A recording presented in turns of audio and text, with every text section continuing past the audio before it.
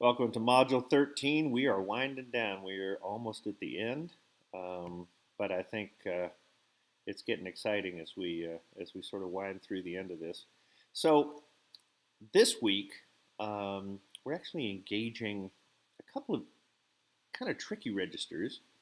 One of which is this question of love, but not love in the sense of romantic love or even brotherly love or even spiritual love so much, but love as political force. Love is that which we share as the ability to care for one another in such a way as to allow each other to be the most that we can possibly be. So let me say that again because I think it's an important distinction is to say that love is not about attachment to someone. Love is not necessarily to have a compassionate relationship or to have the kind of God's love or Jesus's love.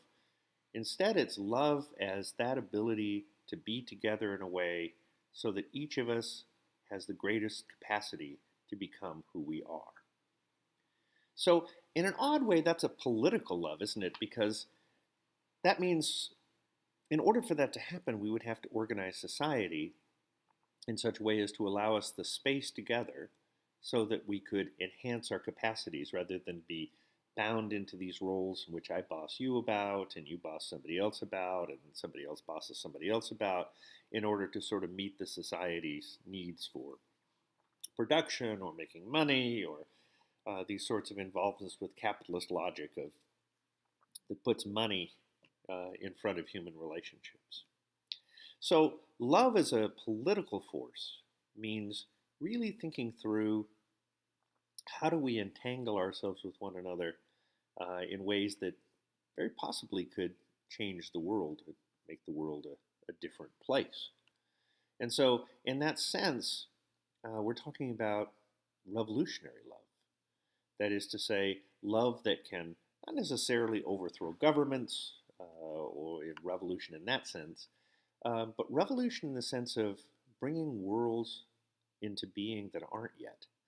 That is to say, to change the face of society, to change the culture.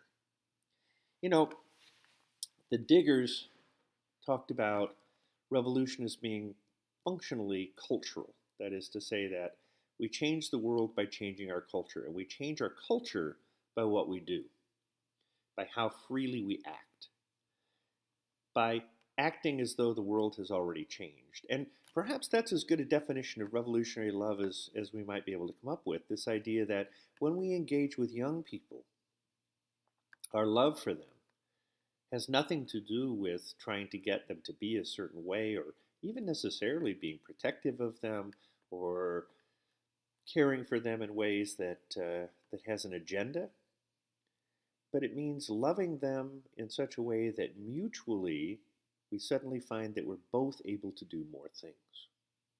So let me say that again. It means engaging love in our work in such a way that as we come together with young people, we find that both of us, all of us, are capable of doing more things than we thought were possible to do before we were in relation with one another. So, in that sense, this sort of short interview that I do on work in Bangladesh also has to do with thinking about how we logically think about changing the world. Because so often our sense of radical political work or revolutionary work has to do with going against governments or going against a certain logic. In other words, the idea that if we could just be in power, if we could throw those bums out, if we could get in charge, then things would be better. Perhaps another way to think about that is to think in terms of really working with young people on the ground in their communities and changing the world from the ground up. That is to say, child and youth care in Bangladesh as the possibility of finding resources in ourselves and capacities in our communities in ways that allow us to transform our world without necessarily needing to ask people in higher positions of authority or people with more money to give us the resources to do things. Because if we wait for someone to give us the things we need, we might be waiting a very long time. Because not all those folks are necessarily nuts about giving us the things that we might need or want.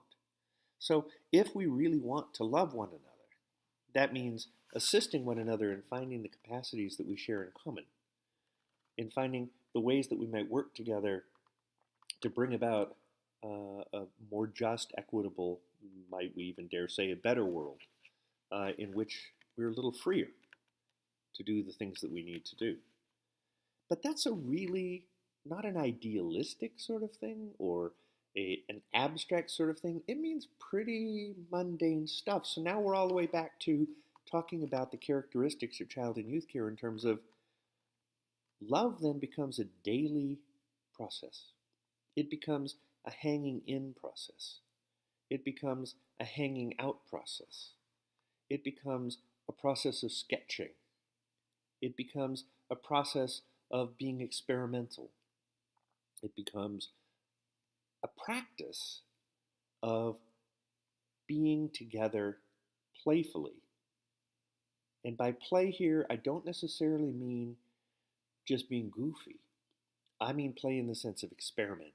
Because, when young people play, they oftentimes don't follow the rules straight up. They change them as they go along. They make them up. They try them out. And then they see how good they are at the game.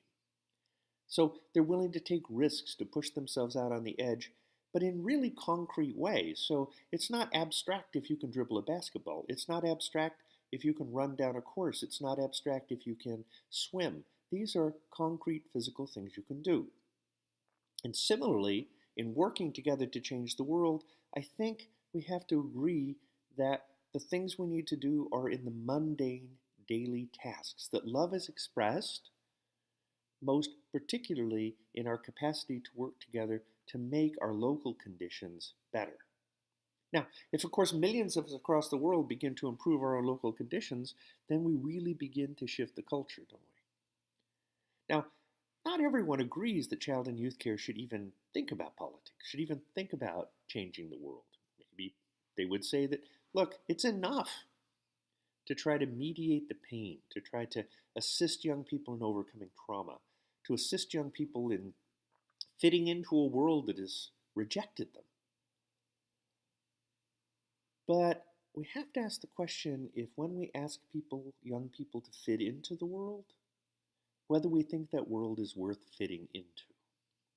Are we that happy, those of us who have managed to find a way into the world, with the way the world is shaping us, demanding of us, taking our time?